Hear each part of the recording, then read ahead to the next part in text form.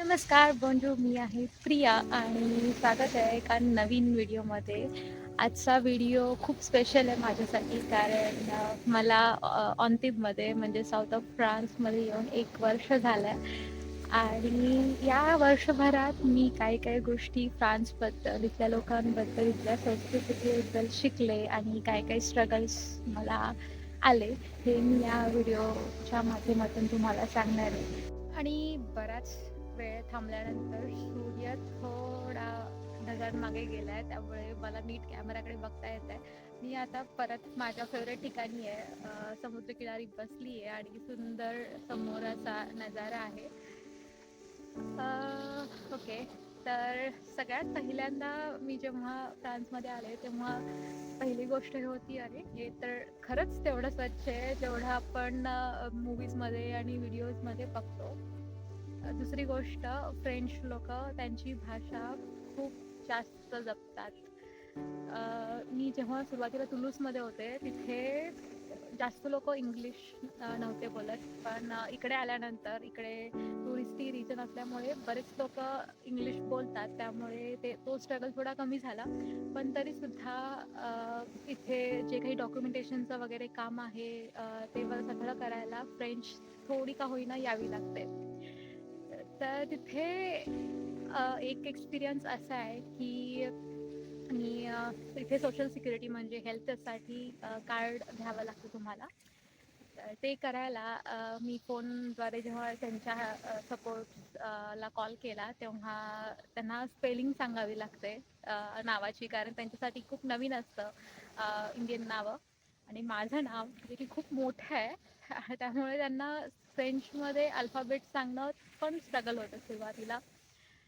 पण लोक जेवढी आपल्याला वाटतात त्यापेक्षा जास्त काइंड असतात. आणि कारण माझं पर्सनली असं मत होतं की फ्रेंच लोक फार उद्धट असतात, पण जे की मला खूप वेगवेगळ्या एक्सपिरियन्सेसमधून जाणवलं आहे की हे खूप अपोजिट आहे. आणि हे प्रत्येकाचे वेगवेगळे असू शकतात, काहींना आलेही असतील अनुभव असे वेगवेगळे. पण मी जिथे आता राहते आहे साऊथ ऑफ फ्रान्समध्ये ऑन्तिबमध्ये, तर बऱ्याच वेळेला खूप चांगले अनुभव आलेत अनोळखी लोकांच्याकडून. आणि व्यक्ती तितक्या प्रवृत्ती सगळीकडेच लागू होतं. त्यामुळे असं एका कुणामुळे आपण नाही सांगू शकत की फ्रेंच लोक असे असतात किंवा फ्रेंच लोक तसे असतात. सुपर मार्केटमध्ये माझं पेमेंट नव्हतं होत आणि शॉप क्लोज करायची वेळ झाली होती. मी कॉल करून बोलवत होते आणि तोपर्यंत एका सुपर मार्केटमधल्याच काम करणाऱ्या माणसांनी येऊन माझं पेमेंट पे केलं. इथे 1 युरोसाठीही हिशोब ठेवणारी लोक असतात, पण त्यांनी माझं 7 की 8 युरोचं पेमेंट असंच करून टाकलं. आणि त्यांनी मला असं विचारलंही नाही की मला नंतर दे किंवा असं काही. आणि जेव्हा मी दुसऱ्यांना त्याचं नाव विचारलं की त्यावेळेला तर मी नव्हते पैसे दिले, पण नंतर 2दा सुपर मार्केटमध्ये जाऊन त्यासाठी विचारणा केली, पण त्यावेळेला तो नव्हता, त्याची शिफ्ट नव्हती.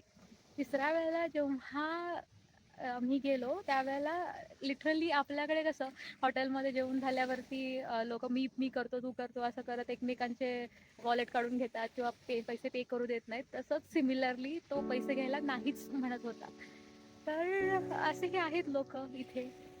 मला परत पोझिशन बदलावी लागली आहे सूर्यामुळे.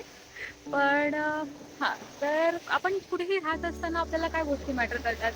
एक तर तिथलं हवामान, तिथली लोकं, तिथली संस्कृती आणि तिसरं म्हणजे तिथलं फूड.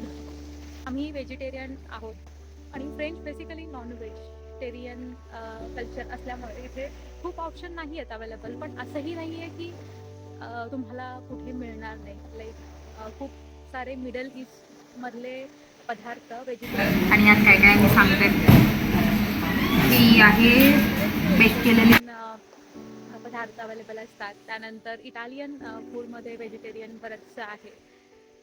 आणि जेव्हा केव्हा असा प्रसंग आला आहे की पार्टीज वगैरे आहेत कंपनीच्या, तेव्हा स्पेसिफिकली जेव्हा आम्ही सांगतो की आम्ही व्हेजिटेरियन आहोत तर ते विचारून घेतात आणि आमच्यासाठी स्पेशली कुक करून घेतात. तर असं नाही आहे की म्हणजे खूप काही तुम्हाला अडचण येते पदार्थांचं.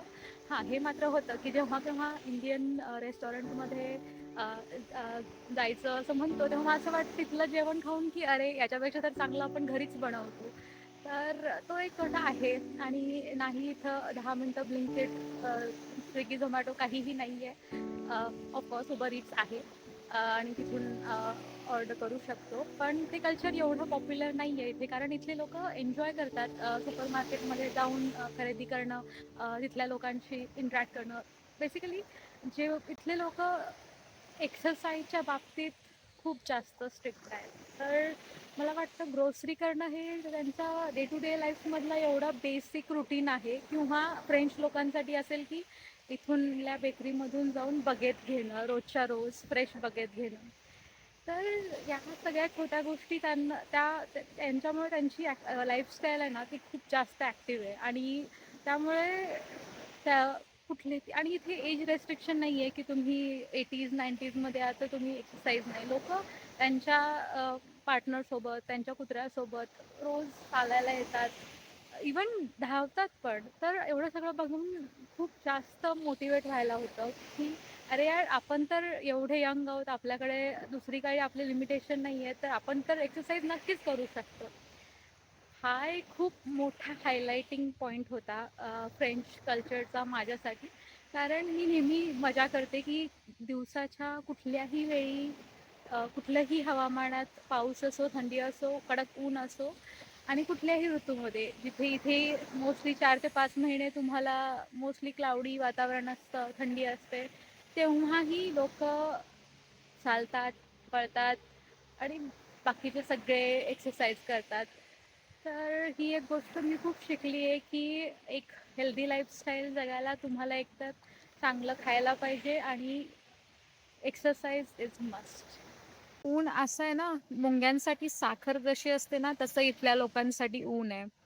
तर मोस्टली फॉल आणि विंटरमध्ये पूर्ण वातावरण असं क्लाउडी असतं.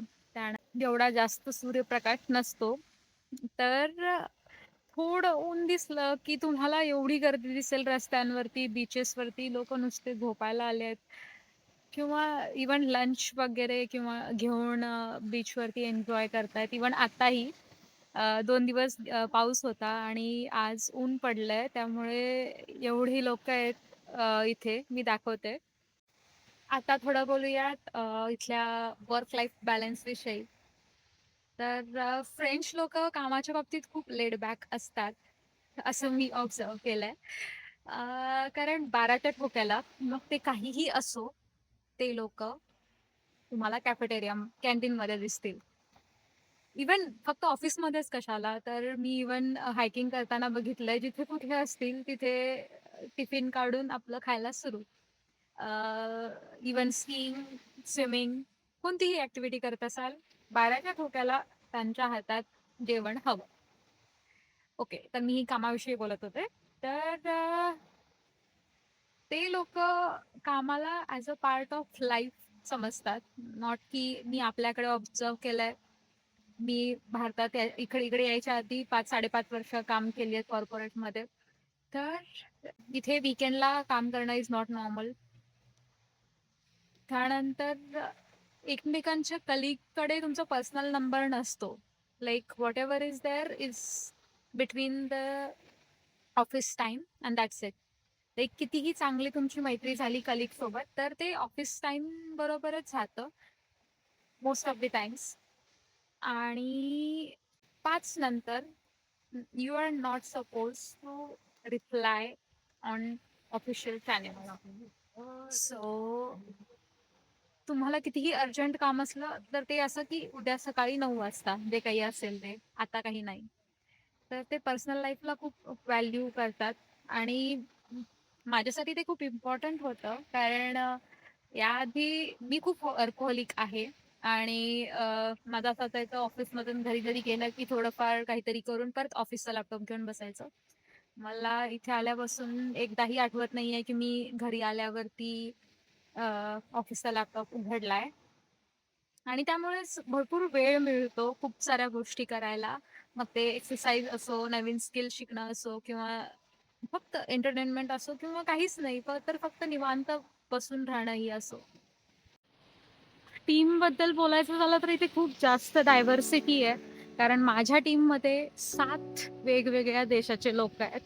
त्यामुळे प्रत्येक वेळेला आमचे कल्चरविषयी किंवा भाषेविषयी खूप जास्त डिस्कशन्स होत असतात आणि ते खूप जास्त समृद्ध बनवतात असं. आणि इथे कोणीही काहीही करो, प्रत्येकजण आपापल्या गोष्टीत एवढा इन्व्हॉल्व असतो की कोणी दुसरं काय करतंय हे बघायला त्यांच्याकडे वेळच नाहीये.